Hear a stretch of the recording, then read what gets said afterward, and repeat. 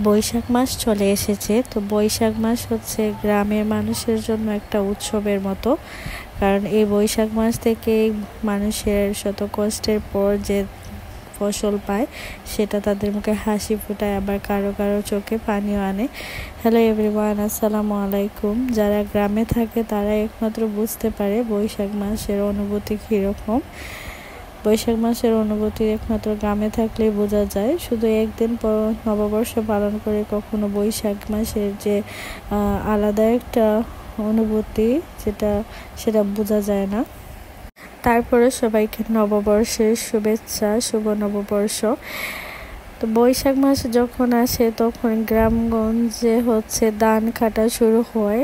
ধান কাটলে দেখা যায় কৃষকেরা যে কষ্টটা করে এই ফসল পাওয়ার পর তাদের সেই কষ্টটা আর থাকে না। তো যেহেতু বাংলা বর্ষের প্রথম মাস এটা, তো এই পুরো মাস জুড়েই ধানের একটা ঘ্রাণ পাওয়া যায় গ্রামে। এবং আরও অনেক ধরনের উৎসব তো আছেই, যেটা কৃষক ফ্যামিলি যারা এবং গ্রামের সাধারণ মানুষ যারা তারাই বুঝতে পারে। দেখা যায় যে যখন গ্রামে বৈশাখ মাসে ধান শুকানো হয় তখন হঠাৎ দেখা যায় তুফান চলে আসে, কখনো কখনো ধান ভিজে যায়, আবার ধান শুকানোর মধ্যে দেখা যায় যে বাড়ির সবাই চলে আসে বৃষ্টি আসলে সেই ধান তোলার জন্য। এগুলো অন্যরকম একটা অনুভূতি।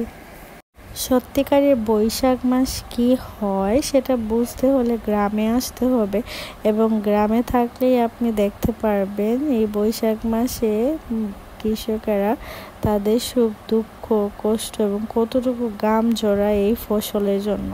এবং এই ফসল প্রতিটা মানুষের মুখে, বাঙালির মানুষের প্রধান খাদ্য যে ভাত, সেটা এই কৃষকেরা কষ্টের ফলে আমরা সেটা পেয়ে থাকি। গ্রামে থাকলে বৈশাখ মাসে শুধু ধান না, সব কিছুই উপভোগ করা যায়, যে এটা একটা উৎসবের মতো। তো গ্রামের যে এই যে ছোট ছোট জিনিসগুলা, সেগুলা আসলে দেখা যায় মানুষ একটা সময় কিছু কিছু মানুষ গ্রামে থাকতো, এখন তাদের কাছে এগুলা স্মৃতি, তারা এখন অনেক দূরে থাকে। এই জিনিসগুলা তারা হয়তো বা মিস করে। যারা গ্রামে বড় হয়েছে তারাই একমাত্র বুঝতে পারবে এই কষ্টটা কীরকম হয়। তারা যদিও এখন অনেক দূরে শহরে বাইরে থাকুক, কিন্তু গ্রামের যে নারীর টান সেটা মানুষের ভিতরে থেকে যায়। তো বৈশাখ মাসে আরেকটা মজার জিনিস তখন আম একটু কাঁচা কাঁচা থাকে, এবং এই কাঁচা কাঁচা আম বৈশাখের গরমে যখন ভর্তা মাখিয়ে খাওয়া হয় তখন আরও বেশি মজা লাগে। এবং এটাই আসলে গ্রামের আনন্দ, গ্রামের সৌন্দর্য এবং গ্রামের শান্তি, যেটা প্রতিটা মানুষের আত্মার সাথে জড়িয়ে থাকে।